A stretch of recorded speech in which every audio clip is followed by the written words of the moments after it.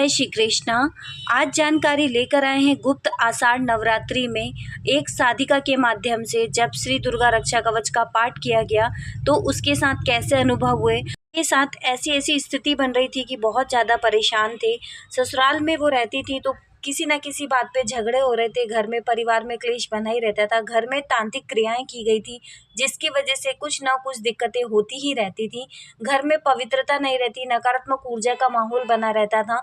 जो चीज़ें उनको समझ में आती थी कि उनके पिताजी को सवारी आती है तो उनको जानकारी थी, उनके साथ रह के पूजा पाठ करना सीखा था कि क्या क्या चीज़ें होती हैं, कैसे पूजा पाठ करना चाहिए, घर में कैसा माहौल रहता है, किस वजह से ऐसी चीज़ें हम पर प्रभाव डालती हैं, ये चीज़ें उनको पता थी। लेकिन घर में उतना पूजा पाठ ना होने की वजह से, क्योंकि काम इतना ज़्यादा होता है कि पूजा पाठ के लिए उतना समय नहीं दे पाते हैं, तो वो चीज़ें होती रहती थी, लड़ाई झगड़े। तो उसके बाद वो मायके आए हुए थे क्योंकि नवरात्रि का समय था, लेकिन उनके घर में ऐसी स्थिति बन गई थी कि फिर भी उन्हें मायके आना पड़ा।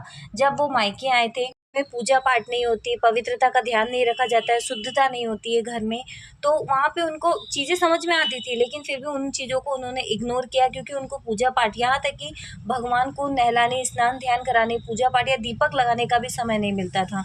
जब कुछ ऐसी स्थिति बन गई तो वो मायके आई थी। मायके आने पर भी वो दुखी रहते थे क्योंकि हर जगह से टूटते जा रहे थे। उनको समझ नहीं आ रहा था कि अब कैसे जीवन में आगे बढ़ें, क्योंकि हर चीज़ को आगे करना पड़ता है। हमारे साथ हमारे परिवार रहता है, हमारे बच्चे रहते हैं, तो उनको हम छोड़ नहीं सकते हैं।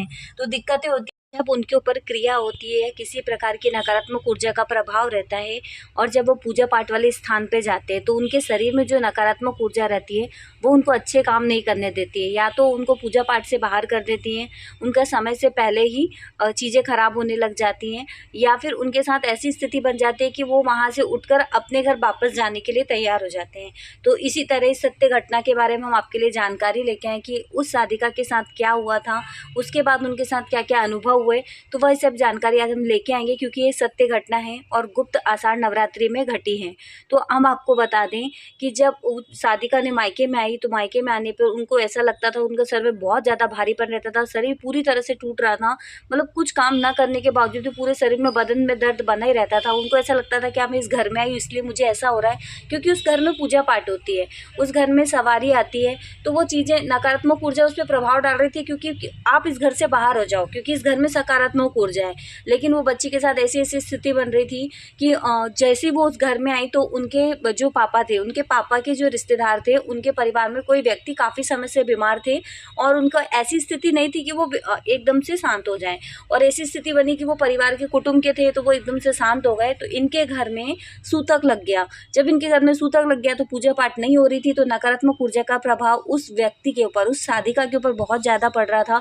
उन्हें ऐसा लगता है पहले कि उनके घर से बाहर, वो फ्लैट में रहती थी तो घर के सामने बिल्डिंग है, तो बिल्डिंग्स में उनको छत पर ऐसा लगता था कि वहाँ पर कोई औरत खड़ी हुई है जिसके बड़े बड़े बाल खुले हुए हैं, वो पेड़ पे कभी उल्टी लटक जाती है, तो कभी ऐसा लगता है कि वो छत पे जोर जोर से दौड़ लगा रही है। मतलब उनको ऐसा खिड़की में से ऐसा महसूस होता था, क्योंकि रात के समय खिड़की ओपन रहती थी तो वो साफ साफ क्लियर वहाँ उनको दिखता था। तो उन्होंने सोचा हो सकता है पेड़ की डालियाँ हैं, वहाँ पीपल का पेड़ है, इसलिए उनको ऐसा महसूस हो रहा है। तो उन्होंने इस चीज़ को इग्नोर किया, लेकिन फिर भी अपनी मम्मी को बताया, तो मम्मी ने कहा हो सकता है आपको ऐसे ही लग रहा हो क्योंकि वो पेड़ की डालियाँ हिल रही हैं। उसके बाद अगले दिन उनके साथ क्या होता है, पूरा शरीर भारी हो जाता है, उनको बुखार सा आ जाता है, मेडिसिन लेने के बाद भी वो ठीक नहीं होती है, डॉक्टर को दिखा रहे हैं तो भी उनको थोड़ा आराम लगता है, लेकिन रात में फिर तकलीफ हो जाती है।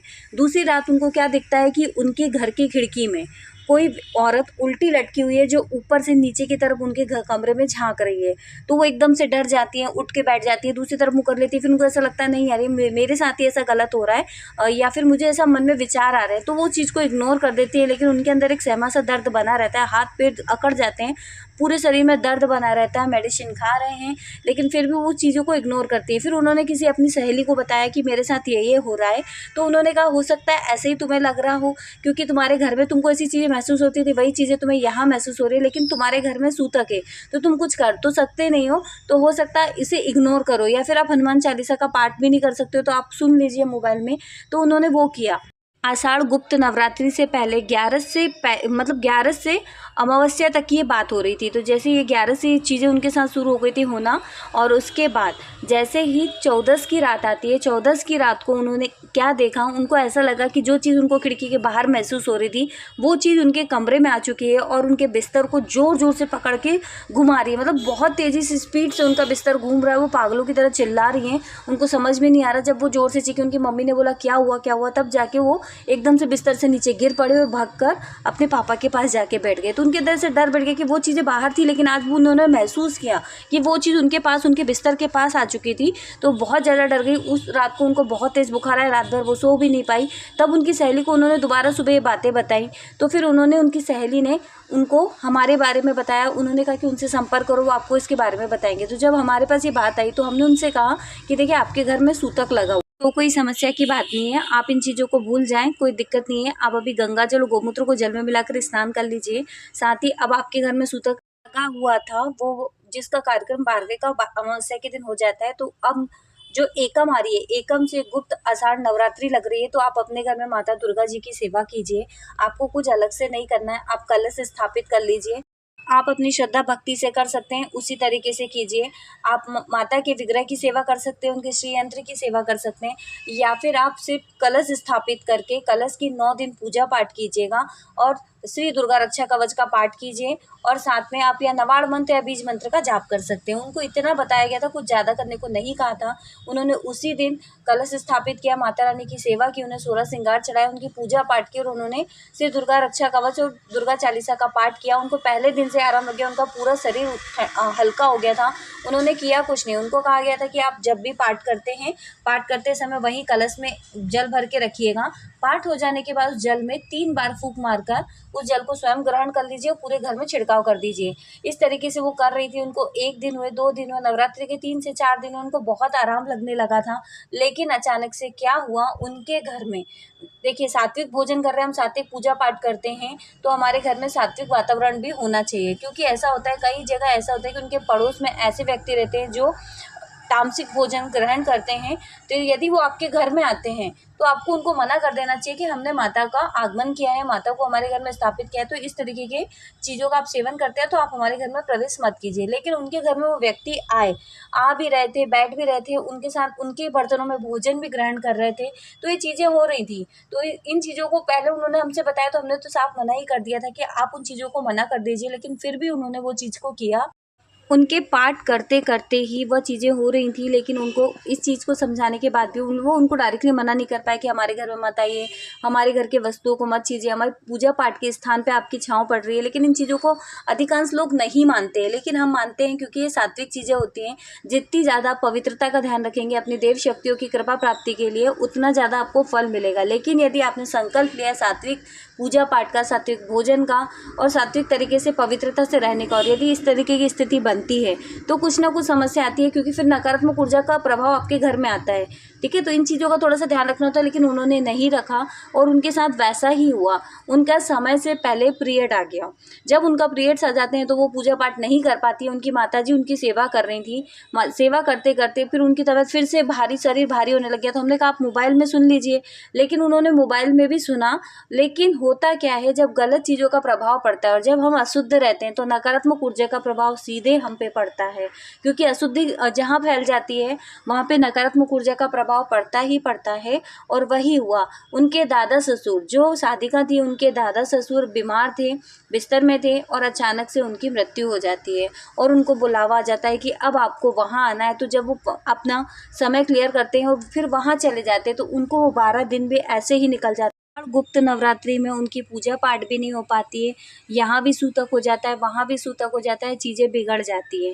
साथ ही ऐसी स्थिति बन जाती है कि उनके भाई की तबीयत भी बहुत ज़्यादा खराब हो जाती है। गुप्त नवरात्रि निकल जाने के बाद उनके घर में जब शुद्धिकरण हो जाता है तो उनको समझ में आता है कि यदि हम कोई सात्विक चीज़ें करते हैं या कि यदि किसी देवी की हम पूजा पाठ करते हैं, उनकी सिद्धि चाहते हैं, उनकी कृपा चाहते हैं, तो हमें नियमों का पालन करना होता है, तभी उनकी कृपा प्राप्त कर पाते हैं। क्योंकि देखिए देवी जितनी हम पर कृपा करती हैं, उतनी हम यदि गलत काम करेंगे तो देवी माँ तो चाहती है कि हम आप पे कृपा करें, लेकिन नहीं हो पाता है। तो ये चीज़ें होती हैं। तो फिर उन्होंने दोबारा श्री दुर्गा रक्षा कवच का पाठ करना शुरू किया। जब उन्होंने पाठ किया तो उनको बहुत अच्छा लगने लगा, क्योंकि जैसे उनके यहाँ 12वें का कार्यक्रम पूर्ण हुआ था, उनके घर में लड़ाई झगड़े होने लगे थे, दिक्कतें फिर से शुरू हो गई थी। स्थिति ऐसी बन जाती है कि इंसान सोचता है कि इस जीवन को हमको त्याग देना चाहिए, अब रहना ही नहीं चाहिए। लेकिन परिवार में बच्चे होते हैं, उनकी तरफ ध्यान करके व्यक्ति वहाँ रहते हैं और चीज़ों को झेलते हैं, क्योंकि उनको समझ में आ रहा है कि हमारे घर में तांत्रिक क्रिया की गई है, इसलिए कोई ना कोई व्यक्ति बीमार रहता ही है। लेकिन उन्होंने मन बना लिया था कि यदि हमसे कहा गया है तो हम इस चीज़ को पूर्ण करेंगे, और उन्होंने 11 दिन का संकल्प लिया और उन्होंने दोबारा श्री दुर्गा रक्षा कवच का पाठ करना शुरू किया। जैसे उन्होंने पाठ करना शुरू किया, उनको अपने आप में एक अनुभव होने लगा, सकारात्मक ऊर्जा उनके साथ आने लगी। उन्होंने माला का संकल्प लिया, उन्होंने 5 माला का रोजाना संकल्प किया कि 5 माला हम सुबह करेंगे, 5 माला शाम को करेंगे माता रानी की, और साथ में हम पाठ भी करेंगे।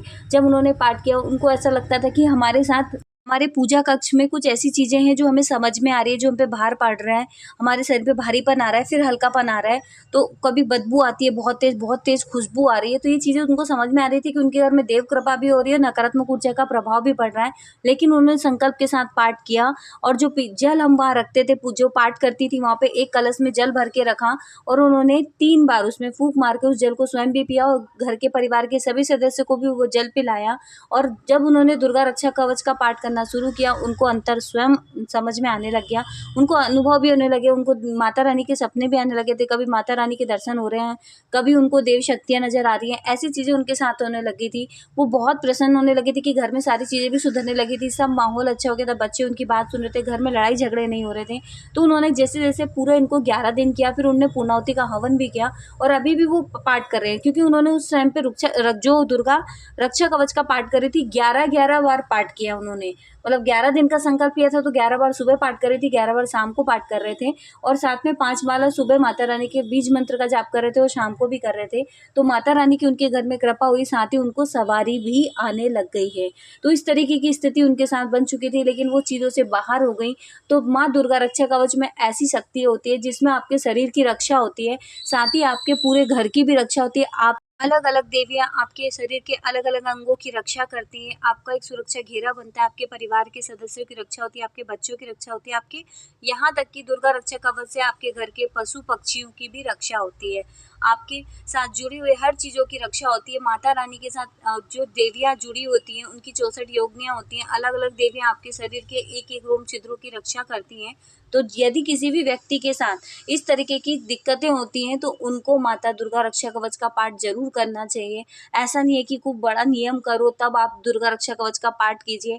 ये हर व्यक्ति के साथ ऐसी दिक्कतें होती हैं, कोई व्यक्ति बोल पाते, कोई व्यक्ति उस चीज़ों को अब हमेशा महसूस करते हैं, झेलते रहते हैं और अंदर से पूरी तरह से टूट जाते हैं। लेकिन यदि आप चाहते हैं कि जीवन में आपको इस तरीके की दिक्कतें दोबारा ना आएँ, आपके जीवन में आप उन्नति को प्राप्त करो, और माता रानी ऐसी रास्ता दिखाती हैं जिससे कि देखिए, आप यदि दुर्गा रक्षा कवच का पाठ करेंगे तो आपकी कुल देवी भी प्रसन्न होगी आपसे, और आपके घर में देवी देवताओं का वास होगा।